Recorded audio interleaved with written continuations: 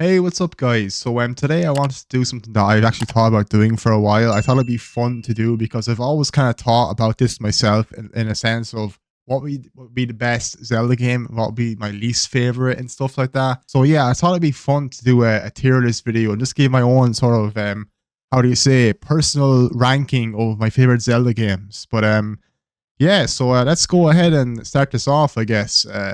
I have like a big history with this franchise growing up, so I have like a lot of memories and all that of each game and most games. But yeah, so I'll tell you all about that as we go through each game that I've played here anyway. But yeah, so I guess we'll start off with my least favorite Zelda game is probably let's see, my least favorite would be Four Swords Adventures. This game is not that great, if I'm honest with you. I actually played this when it came out.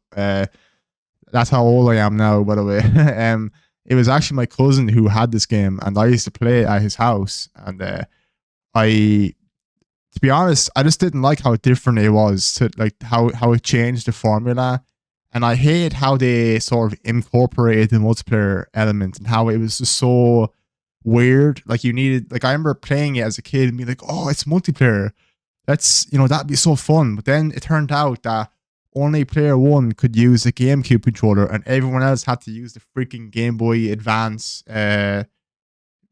cable thing and play with their Game Boy Advances, which I don't actually know anybody who ever had that, and I certainly did not. And I just remember thinking, man, that's so freaking like stupid. Why would they do that? And they could have easily made it so that you didn't even need Game Boys at all. All you needed was freaking two controllers and that was it. But no, they had to incorporate this weird freaking GBA cable thing. It was just so dumb. I remember just hating that. And the actual game itself, like as I said, it strayed too far from the formula. I thought the items you got, you couldn't keep them or anything like that. And I mean, yeah, it was cool that it was top down, I guess, but I remember being like stuck on the game as well quite a few times. I think I got to this like Kakariko village type of area, and like I got stuck on that as a kid, and I never actually beat the game. I got really far, but yeah, to me this is always like one of my least favorites, maybe my least favorite. But okay, so what would I choose after Four Swords Adventures? I'm not too sure actually. What would be my other least favorite?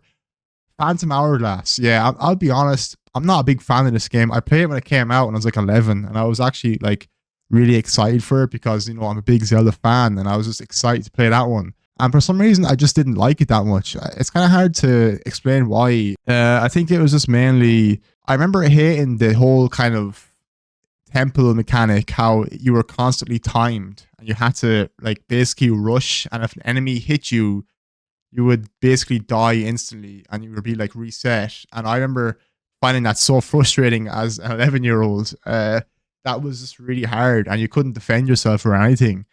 And the fact that you had to enter that freaking temple multiple times was just freaking awful. Like, oh my God. I remember having a pretty bad time with the game. I mean, I liked it when it came out. I loved it, I think. But yeah, I just think looking back, it was definitely one of my least favorites. I also have that memory as well of being stuck on the puzzle. And I'm like, I spent maybe days. I didn't know how to finish this puzzle. And it turned out that all you had to do was close the DS and then open it, and that would solve the puzzle. You had to put the map on the top screen onto the bottom screen on the DS. And I remember I didn't know how to do that at all. I remember just getting so mad one day and closing it. And then I opened it and it said that was it. And I was like, what? Like, it was mind blowing. But I remember just being so annoyed. At that stage, I wasn't even like thinking that's cool. I was just thinking, man, that's annoying, honestly. But yeah, so we'll move on to the next one, I guess. So I'm not too sure, like the Zelda 1 and 2, like I never really played these two games. Like I played them very, very briefly, but let's be honest, they're very outdated. I'm not a big fan of these two games because, they're so old and outdated at this stage. I did play them, but at the same time, I can't really outright call them bad. It's just because it's a product of their time, right? It came out in the 80s. But at the same time, I don't know. Maybe I'll put it on D. Yeah, I'll put these two on D because I'm just not a big fan of them, to be honest. It's cool that like the first one set the formula for like the future games. Well, and two, well, yeah, that's completely different. It's a side scroller almost, but yeah. So where would I put the next game? Give me a sec. I have to look here to make sure. Skyward Sword. Okay, Skyward Sword. I put that on C. Skyward Sword. I'm not a big fan of Skyward Sword. I know I sound like a hater right now. I'm constantly saying I don't like these games and all that, but I just remember this one being like when it came out in 2011. I played it when I was 15, and I dropped it for like 10 years. I didn't beat it until it came out on the Switch in HD. But I remember playing it for a while, and I got so sick and tired of swinging my arms around, using the Wii remote, and being like, oh, it felt like such a chore to play, and the game itself was just kind of, I don't know, like tedious. Like I just didn't really enjoy it as much as the previous games, and I was kind of like shocked at how like empty and barren the sky world was, because normally in the Zelda games, when you get to explore the world, there's so much stuff to find and all that, so much different secrets and towns to visit and explore and all this. But in Skyward Sword, the sky islands you found were just not very interesting to me. They were just very kind of basic and bland. And now, having said that, I didn't like it on the Wii, but my opinion of it definitely went up from playing it on the Switch. I actually beat it on the Switch. It's definitely better than what I thought it was, but at the same time, I still consider it one of my least favorite Zelda games. It's not bad, but it was kind of like a one and done Zelda game for me personally. I just didn't really like it as much as the other ones. Yeah, so we'll move on from Skyward Sword, I guess, to what? Let's see. Oh, Minish Cap. Yeah, this game was actually pretty good, I think. Minish Cap. Yeah, I'll put that on a B maybe. I actually like Minish Cap. This game was actually very solid. I played that quite a lot years ago. This is going to sound funny, but I actually beat this game on a Game Boy Advance Micro. Is it Micro? Is that what it's called? It's like a small, tiny like Game Boy Advance. I actually beat the game, and I was surprised that it was actually like an origin story to the Four Swords. The game that I said I didn't like. It was kind of surprised me. I was like, oh shit, this is actually like the sword that's you make the sword that you use in that game. I thought that was pretty cool. But yeah, I like the top down Zelda and all that, and the different items and mechanics you use in that game.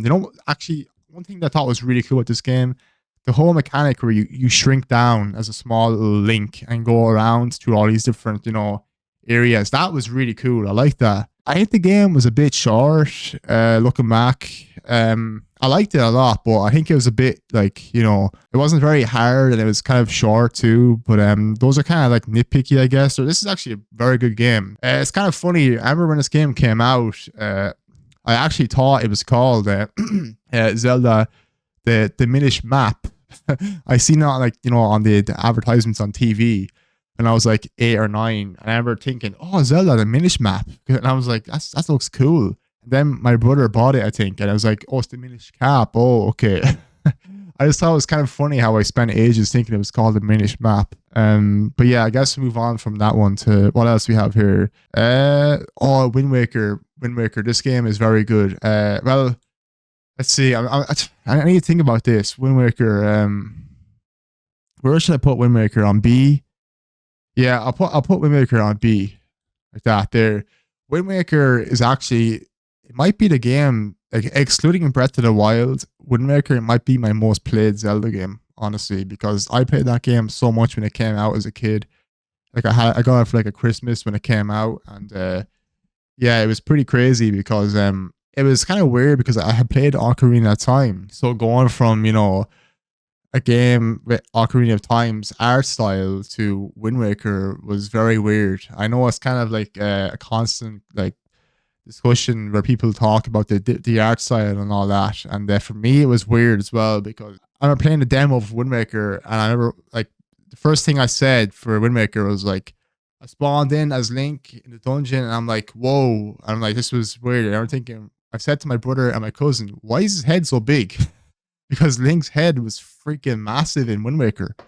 And so going from, Ocarina of Time to Wind Waker was, it was kind of jarring, honestly. But yeah, my opinion on Wind Waker has kind of changed over time. Like I think it might be one of my least favorites, honestly. I know a lot of people like this one. But it's just when I compare it to some of the others, I think I prefer. I just think it's not as good as the others, in my opinion. I don't know if I should. Maybe I'll leave it a B. I'll leave it on a B. Yeah, like one thing that really kind of annoyed me about Wind Waker, like there's a lot of missed potential with Wind Waker. I think they could like benefit from remaking that game. Like the map is so like empty. Like I wish they would have more interesting points of interest and different more towns and stuff like that to explore. Instead of having these small little tiny islands that have nothing on them at all, like maybe add some islands that are like big that are full of different unique things to do, kind of. Another thing that I hated about Wind Waker was the Triforce quest at the end of the game. Oh my god, that's what kind of made me not want to finish the game as a kid multiple times. I beat it once and that was it. But I used to always play it again and again, and I get up to that point where like you would have to do that Triforce quest, and I'd be like, okay, that's it. I'm just gonna drop the game now because I was not arsed going through that torture of trying to solve the in-game paywall, which was completely absurd. Oh my god, I don't know why they even done that. I think they may have rectified that in the HD re-release for the Wii again. That version looks a lot better actually, what I've seen. And another thing that I didn't like about Wind Waker, I know I'm hating a lot right now, but another thing I didn't like was how the last two dungeons both use that mechanic that where you have to make the people follow you. You gotta play the song and they have to follow you around. I remember not liking that as a kid. That used to annoy me for some reason. That it made the whole process just really kind of tedious. Having to go around and play the song over and over. I was like, oh, come on. And I used to hate the whole stealth section at the very start of the game. You know what I'm talking about if you play it. That freaking mandatory stealth sequence. It just seems like poor game design to how that's set up though, because like they teach you how to use a sword and then they like immediately take it away from you. It's like, what? Why would you do that? And then they make you go around and it's like if the guard sees you, they throw you in jail. It's like, oh my god, that made me not want to replay the game because it's just so tedious. And it felt kind of out of place for a Zelda game, in my opinion. But yeah, I think the best thing about Wind Waker for me is the sense of adventure and how, like, you're going on the field, I was going to say field. Wow. You're going on the Great Sea, right? That's what it's called. And like the ocean is so vast. It's so cool. I love that whole sense of adventure that game really provides, and I'm not a big fan of the art style. That's just my opinion, my personal preference. I much prefer Ocarina and Majora's Mask art style, and especially Twilight Princesses over Wind Waker. But yeah, we'll move on to the next one, I guess. We have A Link to the Past. I think I put that on a B as well, maybe. Like, I never actually finished A Link to the Past. I played it a lot as a kid on the Game Boy Advance. The version where like Link screams, like every time you swing the sword, he screams. And it also includes the Four Swords demo, or whatever you call it. You need a friend to play it, the Four Swords. But yeah, Link to the Past was amazing. I mean, obviously it set the, what do you call it? The formula for future games, kind of. Well, I guess it expanded on the first game's formula, right? And then like it just perfected it like crazy, basically. It really perfected it. And A Link to the Past was just freaking amazing. The problem with it for me though is that like, well, it's not really a problem. It's like I just couldn't. It was so hard. Like honestly, the game, I just could not complete the game because of how hard it was. And even a few years ago, I tried to play it again on the Switch, and oh my god, I got stuck in like the second or third temple, or maybe the fourth, one or the other. It might have been one of those. I didn't get far at all. It was like I don't even remember if I got the Master Sword or not. Maybe I did. I think it might have been the third dungeon, but I just could not. I was stuck. I couldn't pass it, and I just gave up because I don't like reading guides or videos because I just like to solve things myself, I guess. But yeah, Link to the Past is definitely an amazing game. I love how it's set. Like it really kind of perfected the formula that was crafted in Zelda 1. And yeah, it made a really, really cool adventure with Link to the Past. I love the Dark World and all that. It's so freaking cool. But yeah, move on to the next one, I guess. We have, let's see. Link's Awakening on the Switch. I never actually played the original. I played the Switch one, which I really enjoyed. Maybe I'll give that a B as well. Maybe. Yeah, like this was amazing. I played it on the Switch. I really liked it. I enjoyed it a lot. I thought it was fun. I played it on hero mode or hard mode the first time, whatever you call it, and I died like 50 times or 100 times throughout the whole adventure. It was kind of crazy. Yeah, it was kind of mad how much I died. It was kind of funny but frustrating, and yeah. Yeah, very fun game though. Put it on the B. What else we have? We have Majora's Mask. I'll say this now: Majora's Mask is honestly my personal favorite Zelda game. Like I love this game. I'm gonna put Majora's Mask on A or S. I don't know. Maybe I put on an A. I love this game so much, man. Honestly, like I love all the different. I love how the dark sort of what do you call it? The dark story, the world, and the music. And like when I was a kid, I used to kind of wonder, oh crap! Like imagine how cool it'd be if you could play as like a Goron or a Zora. And the fact that they actually did that was so freaking cool, I think. And being able to experience that was like insane because I just always wondered what it'd be like. And I remember as a kid, I couldn't really play it much. I had to get help off of my cousin, basically. Yeah, I didn't fully appreciate that until I was a bit older. I liked Ocarina more when I was a kid because of how I just didn't understand it very well when I was a kid, but I still liked it. But now it's my favorite game, my favorite Zelda game, honestly. I love all the different gameplay opportunities the masks bring, you know, all the unique abilities, and I love all the different masks and just the darkness and creepiness of the whole game. I just love it. I can understand if someone doesn't like it though, you know, that the time mechanic is not everybody's cup of tea, if that makes sense. I understand totally. And I think what else we have there next? Ocarina of Time. Yeah, this game is absolutely incredible too. I mean, I played that so much as a kid too. I think I used to play this and Wind Waker like over all the time, basically.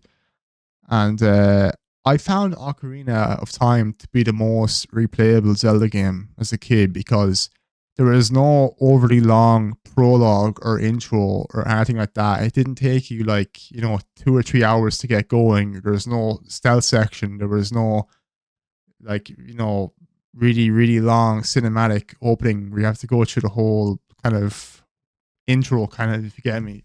I used to play that a lot because you just dropped in the world and that was it, kind of, which I liked. This may have been the first game I ever played, actually, Ocarina of Time, when I was like 5 or 6.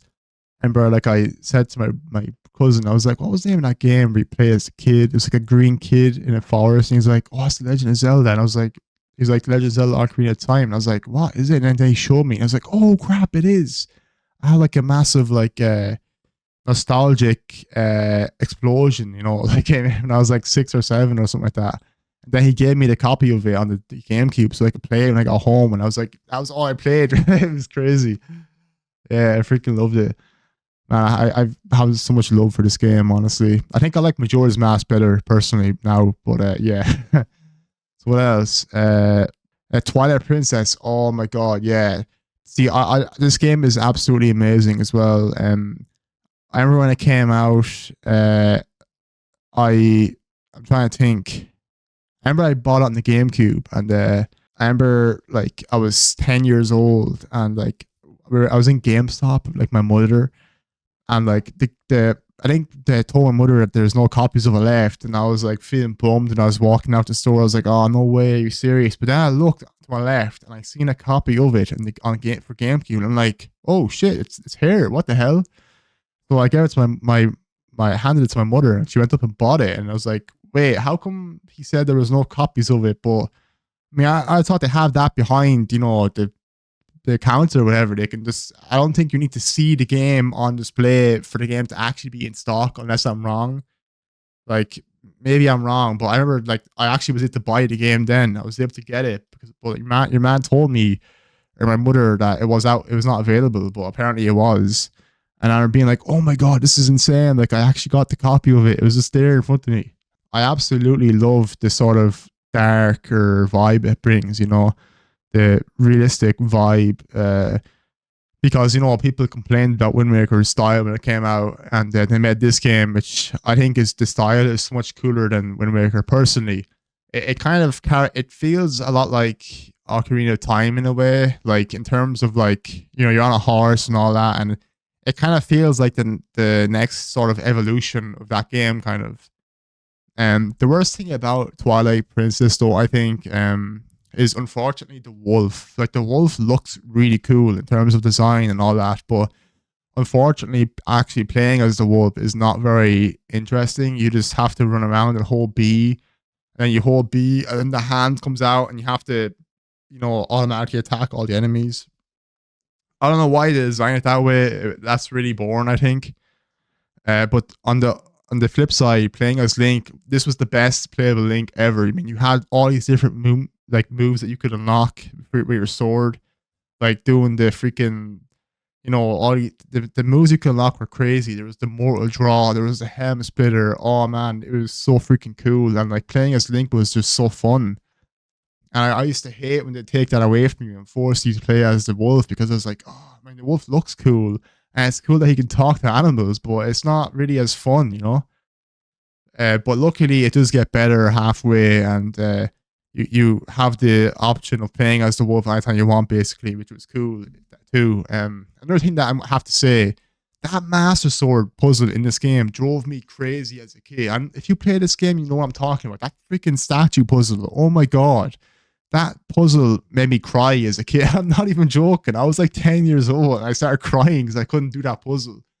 Because like I knew the Master Sword was behind it, behind that door, and I was like, I can't do this. Like I want to see what it's like to get the sword and all that. It's like I was like so mad. I could not do it. Then eventually, after so much trial and error, which is what that freaking puzzle was, I managed to open it, and oh my god, bro. I have trauma from that freaking statue puzzle. Seriously, that was awful. I don't know why they made us do that. But okay, I guess we move on to the next one. Twilight was freaking amazing. I remember that they have like a jump scare in like the snow temple that freaked me out as a kid. It's like there's this woman creature thing, and she turns her head around, and it's like all red. It's like it kind of freaked me out. It's not scary now, but it scared me when I was a kid. It kind of I wasn't expecting it. So what else we have? So I never actually played any of these spin-off games. There's Hyrule Warriors, Link's Crossbow Trainer. I never played any of those ones. I never played Spirit Tracks because when it came out, I thought it looked exactly like Phantom Hourglass. And as I said previously, I didn't really like Phantom Hourglass, so I was kind of like, I don't think I'll bother with that one. I never played Link Between Worlds, unfortunately. It looks pretty good though. I never really played the Oracle games, so I don't even know if I can put them on the list. I mean, I did own them at one stage, but I just never played them because I'll be honest, they were kind of like before my time. Like I tried playing them, and the graphics and all that was so like outdated. Like I really want them to do a remake in like maybe Link's Awakening graphics. Imagine like Link's Awakening, but these games remade in the same way Link's Awakening was. That'd be cool, I think. Maybe I can give them a proper chance then too. So now all we have is Tears of the Kingdom and Breath of the Wild. Okay, so I actually only played Breath of the Wild like back in 2021, and it honestly might be the best game I've ever played. Honestly, this game is freaking incredible.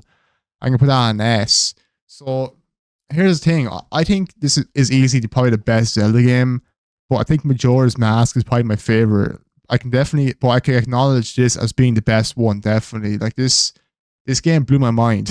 Honestly, how can I even like begin with talking about this game? It's crazy.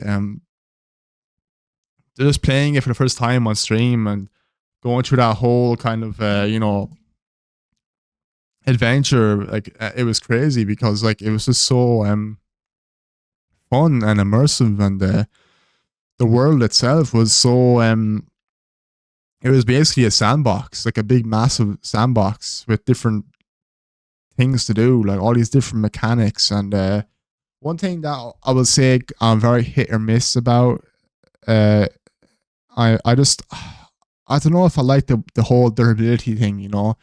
Like I found like it is cool that having your weapons break, it does encourage you to you know uh sort of use different play styles kind of, right? It kind of encourages different ways of playing.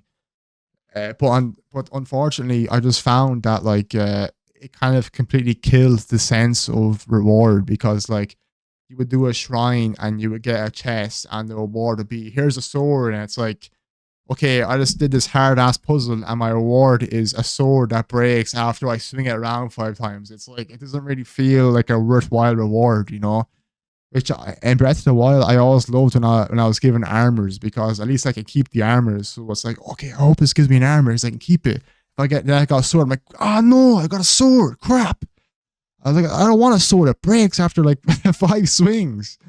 It's the same with the shields as well. I'm like, oh, please give me an armor.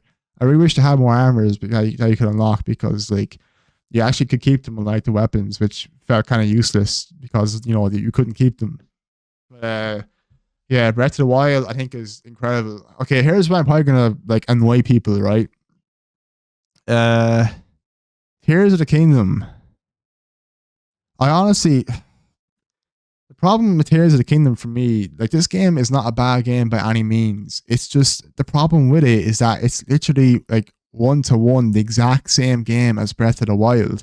And I love Breath of the Wild, but after you play it so much and you wait years for the sequel, like I just wanted more, right? I just wanted a brand new adventure, like you know, kind of like Majora's Mask. That's a whole. It uses the same assets of Ocarina of Time.